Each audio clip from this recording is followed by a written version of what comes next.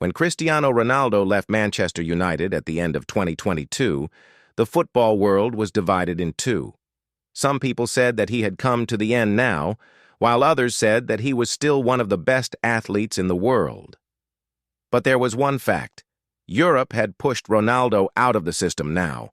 There were offers, of course, but he was wanted not only for his performance on the pitch, he was wanted for the club's image, jersey sales, social media influence, PR campaign. No one was taking seriously that he still wanted to be a champion. While the eyes were turned to Messi's World Cup, Ronaldo was silent. Every day there is speculation in the media. He is going to MLS. He may come to Turkey. His career is over. But no one could fully understand the reason for her going to Saudi Arabia. When the signing of Al-Nassr was announced, most people made fun of it. Comments such as oil money, career suicide, show league flew in the air. But Ronaldo had already made another plan. He wanted to remain not only as a football player, but as a figure, a voice, a legacy. The doors of Europe may have closed, but he was preparing to open a new door. On the day he landed in Saudi Arabia, media photos showed him smiling in a yellow navy blue jersey, but no one knew about the conversation he had in the hotel room behind those photos. When he was alone with his manager, he made the following sentence: "I didn't just come to play football, I came to leave a mark on this land." The first weeks were difficult. The systems, tactics, tempos that he was used to were not here. Some of his teammates were approaching with admiration, while others were crushed in his shadow. His goals scored in matches were underestimated by being called a weak league. The European press still served him as a finished star. But Ronaldo was silent. He was repeating the same thing in every interview, every training session. "It's not what people say to me, it's what I do that matters."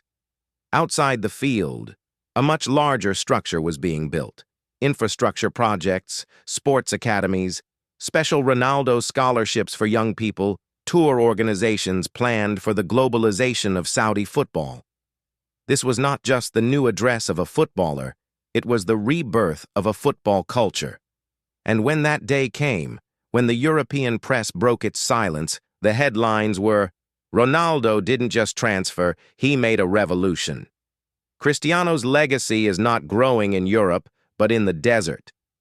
Ronaldo once said this: "Some are crowned with gold, some build their own throne out of mud."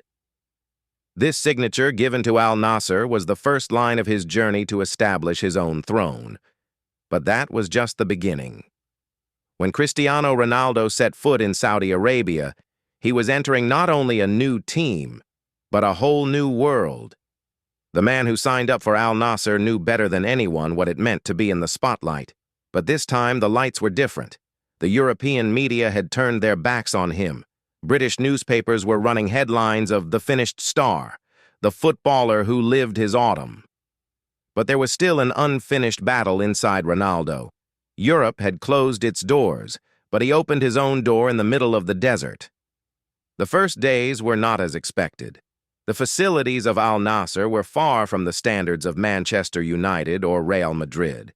Some training grounds were dry, the conditioning team was not as developed as in Europe. But for Ronaldo, this was the beginning, not an excuse. He was always the first to arrive at 6 in the morning, the last to leave after training. His teammates found it difficult to keep up with this rhythm at first, but his discipline was infectious.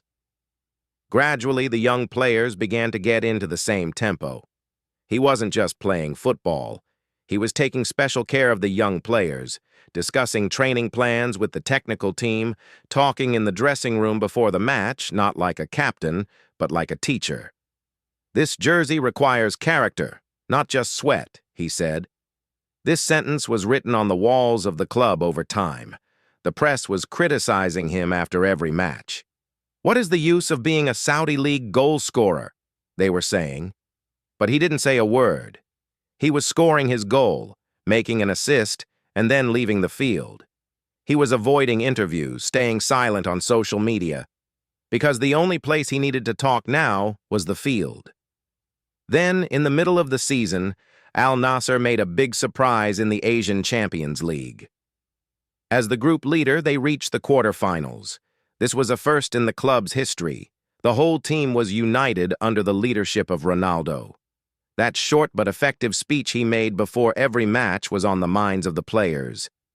"We are not just playing football here, we are writing a story."